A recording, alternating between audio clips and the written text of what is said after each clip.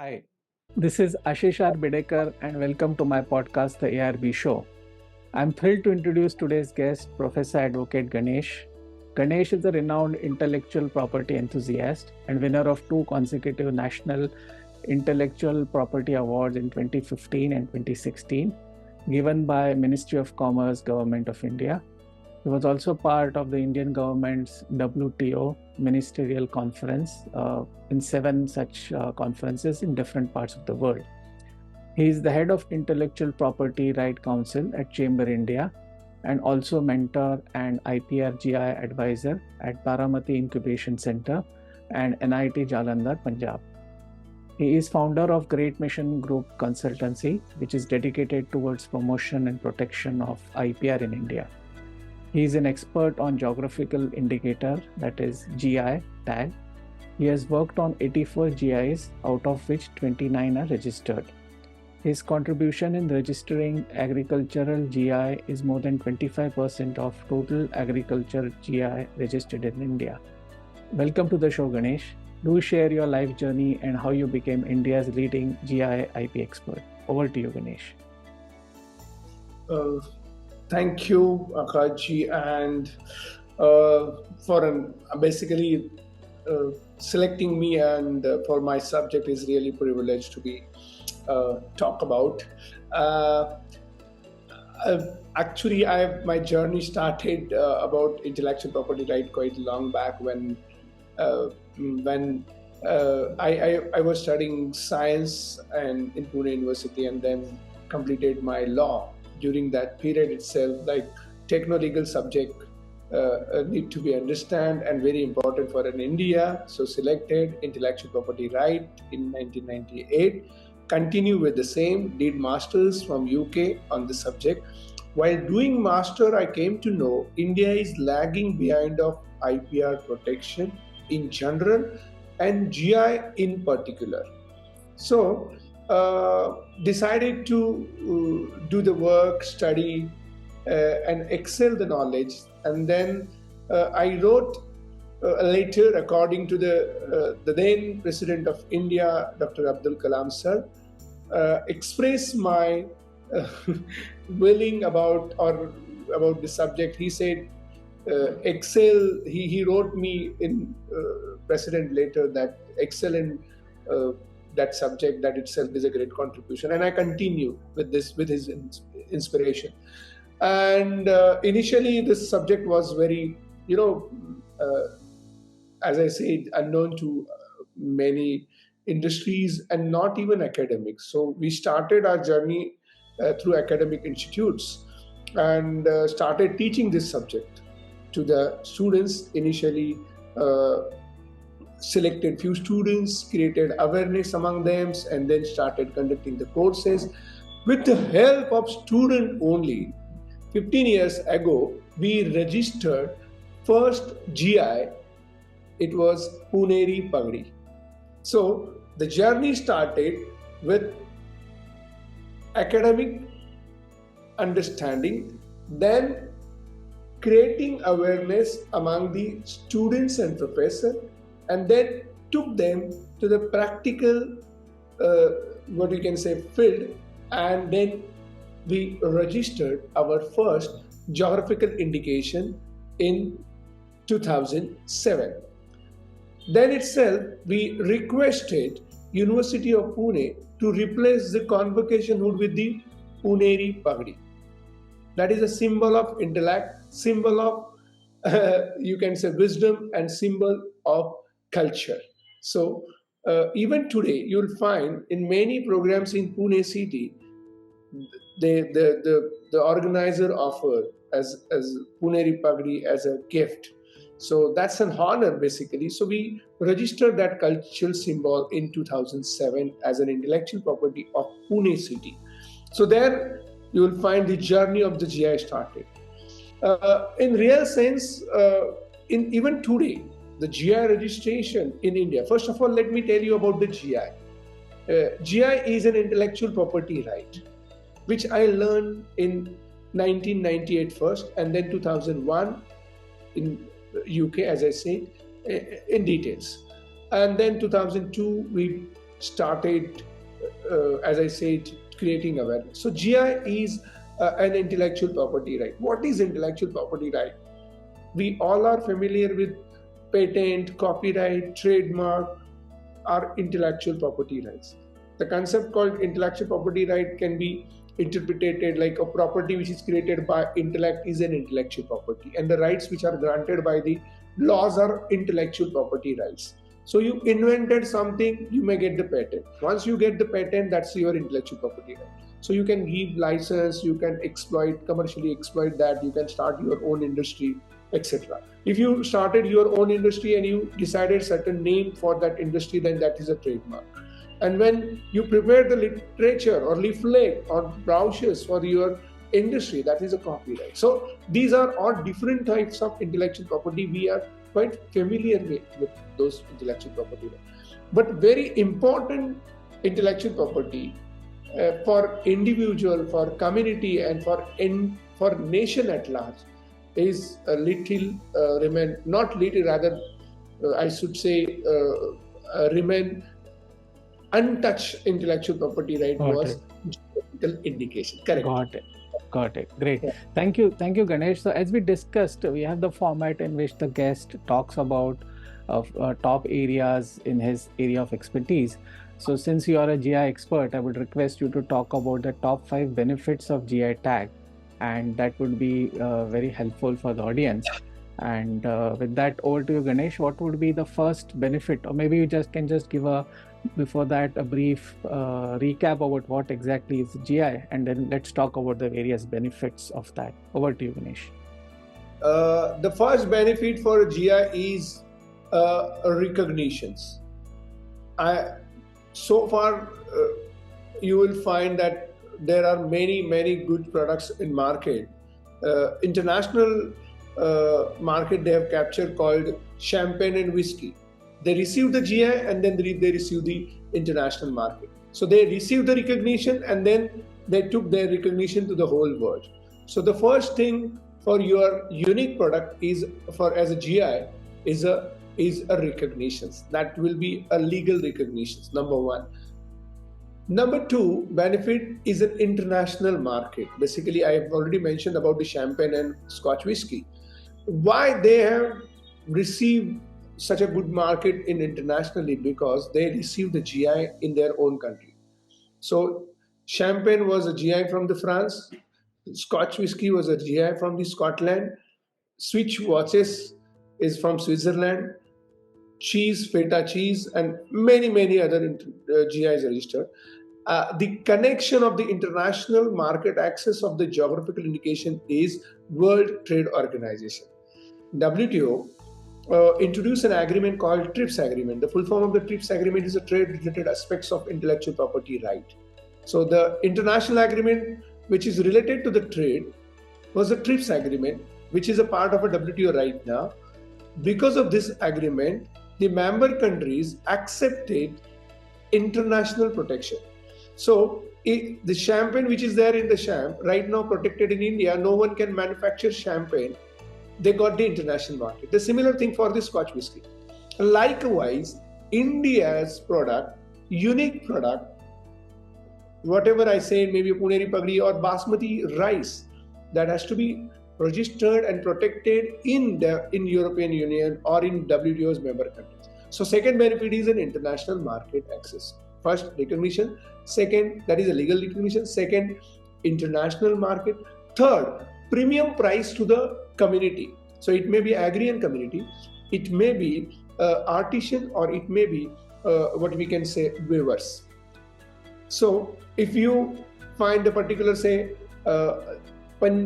Basmati rice is an agriculture product, Darjeeling Tea is an agriculture product. So agrarian community will be benefited from the GI registration. The first GI registered in India was a Darjeeling Tea, and now you can find this Darjeeling Tea is exported to many, almost 90 countries. So, and whatever the production is there for the Darjeeling Tea, we have a record that 65% of the Darjeeling was exported of the total productions.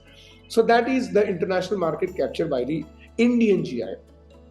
Now, the premium price Darjeeling received the premium price. I have n number of examples from my side about the premium price received to the geographical indication registration. We have registered Ajra Gansar rice. That time it was 30 to 40 rupees per kg. Now this rice is available for 72 to 75 rupees per kg. So almost double the price. The benefit of this premium price, those that farmers who left farming activity. Some research disclosed that 74% of India's farmers do not want to continue with their farming activity. That's very sad scenario. But then what is the solution? The solution is that should get the premium price. Once they will get the right price, premium price, then they will continue with their farming activity. So this is what had happened with the Ajra Gansar. Then it also happened to Nawapur Tur Dal. That is actually tribal product. They also received a double price.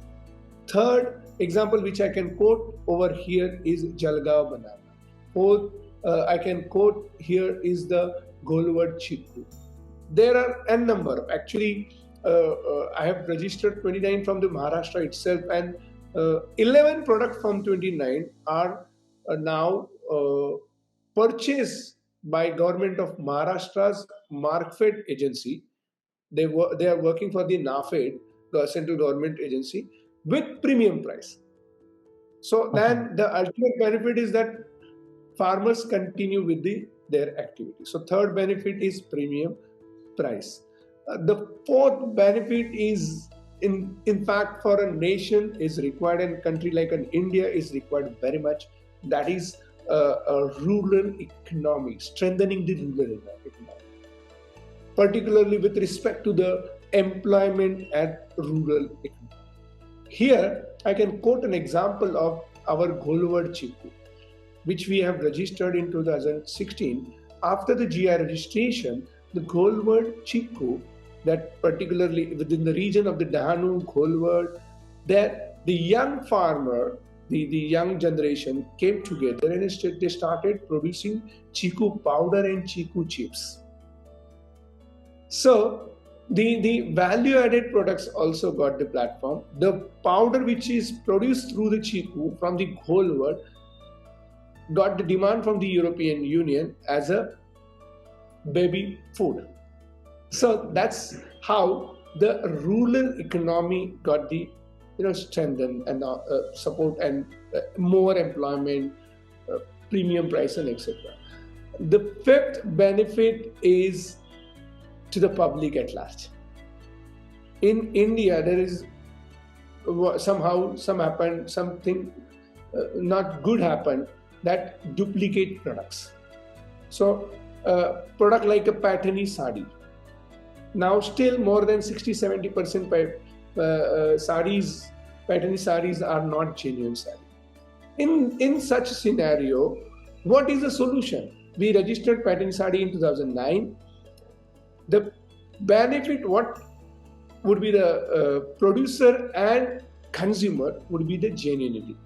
So those who are the particular weavers producing the Patani sari genuinely with their skill, that is the original Patani, and consumer want an original Patani. So with the GI tag, originality can be traced. So here, the fifth benefit to the public at large, they will get the original genuine product, maybe agriculture product. So if I want the original Basmati or original Ajra Gansar or original Ambe Mor as a consumer, how should I believe that GI will be a platform to connect between the consumer and producers? So that is the fifth.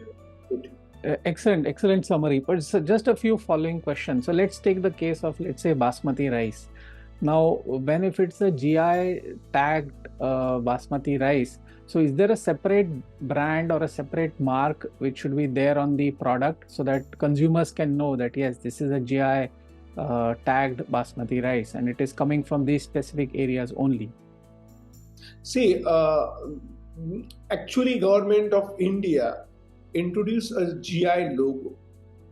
So if you are a producer, if you are a Basmati producing farmer, in that case you can get yourself authorized user certificate from Government of India. That is a separate certificate which may issue if you submit the genuine document like a 712 extract and any other evidence that you are a genuine producer. Then Government of India will issue a GIAU certificate to you. So you can mention that GIAU number on your packaging along with the logo, Government of India's logo.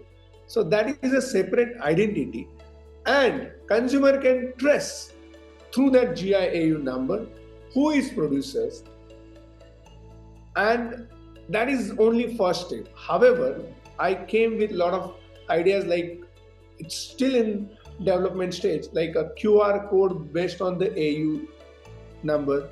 We are also coming with the GIS system, that is GPS system, what we intend to introduce to this entire journey, and it will take little time to take the help of the technology to reach to the original producers. So in short, number one, AU number, number two, GI logo, which you can fit in your packaging, and that is right now only available method to introduce the genuine products. It may be a basket. Okay, but here, for example, in terms of enforcement, for example, you talked about a farmer collective, right? For example, Golwad Chikku or Basmati rice. So the farmers would benefit if only the genuine farmers use the term Basmati rice or Golwad Chikku, etc. What are the ways of means for enforcing that? For example, let's say there is someone who just puts the name Basmati rice on his rice packet. There has to be a mechanism for ensuring that that does not happen. So what's the mechanism for ensuring that? Since I mentioned this is intellectual property right, but this is community's intellectual property right, and once you get it registered as a GI, you will also get a right to restrict someone if fake or what you can say duplicate products they are selling in the market with the same name. I can give some example over here with Darjeeling Tea. Darjeeling Tea fought 16 cases internationally, and that also helped them to brand themselves in the international market. So if a tea which is produced in the Darjeeling, the producers from the Darjeeling, the farmer who are producing that tea from the Darjeeling are the only genuine farmer, and their association are the only proprietor for that GI. No one can use the name Darjeeling Tea and can sell the tea in the name of Darjeeling. So they fought 16 cases, and that enforcement began from the Darjeeling, and it may reach to the many part of the India and many products which are registered as a GI. Got it. So essentially the learning is, yes, there might be some legal cases and it's a hard work, but once you are able to establish that, yes, you are ready to fight for that, what belongs to you as a GI IP, then of course the kind of attacks, etc., from IP squatters would reduce. Another thing, so essentially, is it right to say that GI tag can only be given for agricultural and collective aspects where there is a manual effort involved, right? So it could be like from carpets, or it could be like something agriculture produce, etc. But it cannot be anything for anything else. Is that correct? Let me put in a different way. As per the law, I can say GI tag can be granted to majorly three kind of products. Number one, as you mentioned, agriculture products. The first GI registered was a Darjeeling. Number two is a manufacturing products. I mentioned about the Paitani sari. That is a manufacturing product. That is also textile product. And Goa Feni is the best example of manufactured product. Then third is a natural product. So that comes from the earth, from the soil, from particular place, and that is a unique product. The first natural product registered in India was a Makrana marble. that has been used in Taj Mahal, and later it has also been used there in Victoria Palace.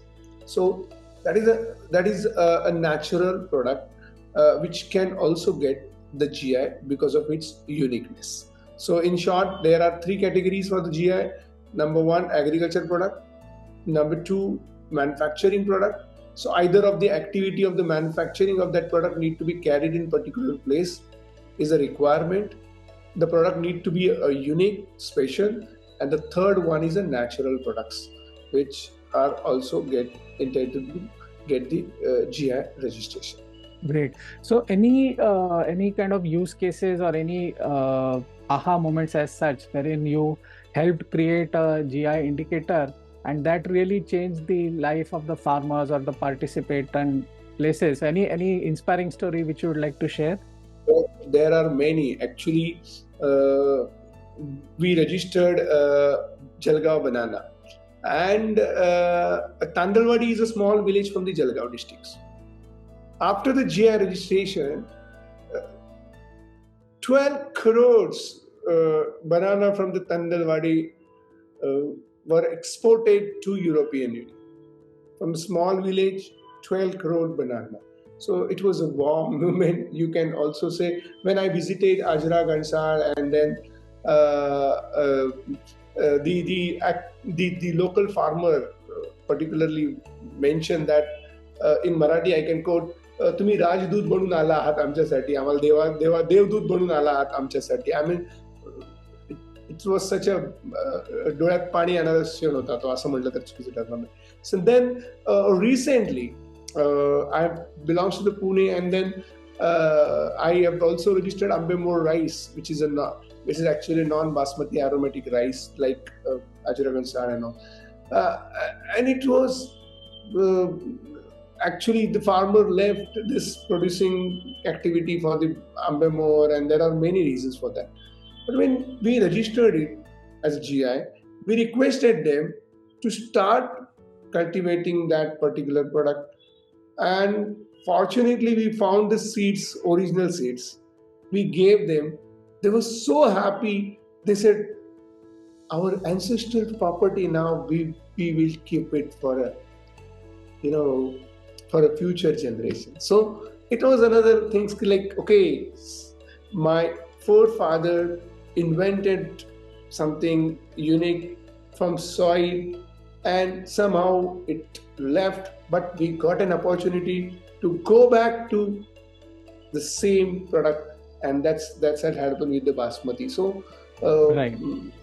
there are a number of incidences which I can quote, but need to be In fact, when you said that, it is also preserving a piece of history, right? Because, for example, if you look at many of the Western commentators, etc., typically would talk of heirloom seeds or things like that. And this is kind of a slice of history, because if you're able to preserve that, you're kind of saving it for the future generations. That's very true. Have you also faced any any kind of difficult cases where you tried to get a GI tag, but you were not able to get a GI tag, but that was a good learning experience from a what are the boundaries of the GI tag area? So can you share of any such areas also? In fact, we are lagging behind the records. We failed to maintain the record. That is a big difficulties we have faced.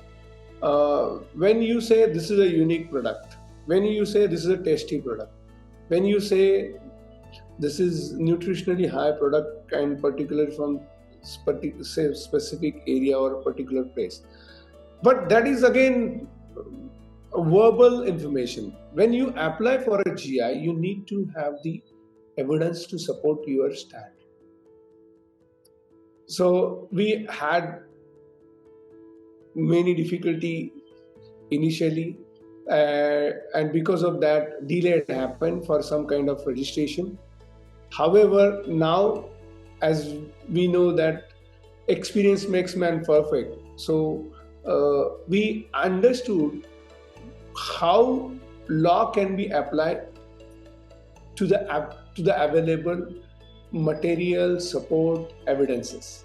And we are trying to bridge the gap because, see, for an example, I can quote here Vinegar turmeric we registered as a GI. Everyone was aware of this turmeric from the Wardha districts, from Samudrapur Taluka. But everyone was telling about this is unique, this is the best, this is healthy, this is good one, etc., etc. But mere saying good, healthy, good, nothing. So what we did, we didn't find any supportive evidences. So what, and because of that, we suppose not to file file a GI application. What we found, there is a Spice Board of India, which is under the Ministry of Commerce. So we sent sample of rhizomes and powder to Spice Board of India. We got the certificate from them. We got the analysis from them, and it was indicated that curcumin content, which is medicinally important content in the turmeric, that was very high from the turmeric. So a record was a difficulty. And proper scientific information was difficulty. So these are the difficulty. Normally, either it takes delayed, it took delayed registrations, or somehow it hampers the registration as well. Got it. So, are you also advising the various state governments in India or the central government of proactive steps or maybe processes, etc., which they need to rectify so that GI indication is easier to do? As you mentioned, it could be records, it could be scientific study. Is there any work happening on that front as well? Actually, we have informed many government to update their gazetteers. Gazetteer is the one of the essential document which talks about the specialty of that particular region. So gazetteer of particular districts, gazetteer of particular zone, that is very much important, where you can find the history of that unique products. Might be covered by the previous administrative officers, maybe collector, maybe DM, or maybe the Britishers. So those records are always plays an important role in GI registration. So we requested various government to update their gazetteer. So that may be the starting point for getting the GI for certain specific products. Excellent. So are you also helping customers or clients outside of India? And how is your experience being in terms of the whole process? We are creating awareness of Indian GIs at international platform as well. Since I have been attending WTO's ministerial conference, so we started gifting Indian GI to many delegates. So even I had an opportunity to give the Puneri Pagdi to the Director General of WTO. And I explained him how important in 2011. Then we also, wrote, particularly you can find my 2 position paper on Indian GIs at WTO's website, which are published. So where we have demanded the guaranteed market for the Indian GIs.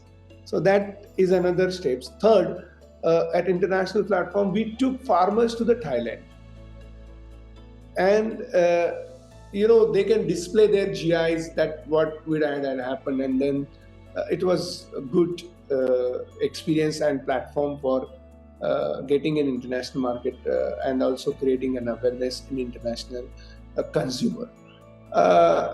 So then also one more steps we particularly took, and I had an opportunity particularly to work on behalf of Government of India for the project called A Tale of Geographical Indication in India, which is available on YouTube.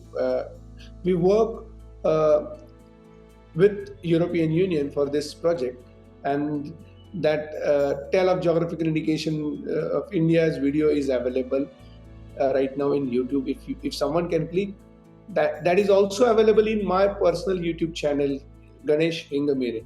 So Excellent. where we have covered various videos, particularly 26 minutes videos from the Ratnagiri and Sindhudurg.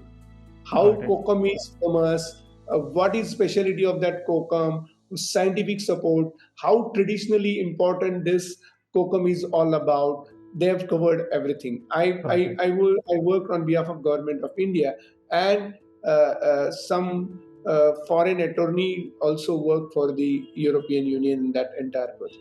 So 5 minutes videos are also available in a summarized form for these Yeah. project, and then 26 minutes video of the kokum, and 26-minute video of Nashik grape is also available. Excellent, excellent. Great. Thank you, Ganesh. This really gives a great perspective. And thank you, dear listeners, for tuning in. Do subscribe, share, and like this podcast. Available on Apple, Spotify, and wherever you get it. Bye for now. Talk to you soon.